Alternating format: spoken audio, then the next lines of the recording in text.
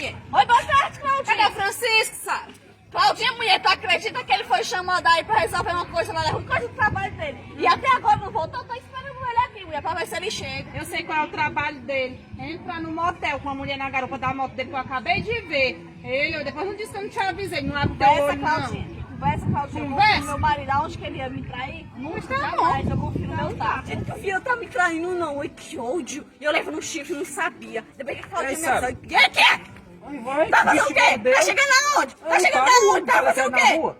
Deixa de tudo perguntar essa. Que história é essa? Tá no motel com outra mulher? Eu tô sabendo de nada. Que história o quê? Mostra que tá aí, ó. Aí, porque ele precisa, tá aí ela. Aí, Claudinha, me fala. Aí, fala pra ele agora aí. Fala pra ele o que foi que tu viu. Eu vi ele entrando no motel com a amante. Agora fala se é minha mentira.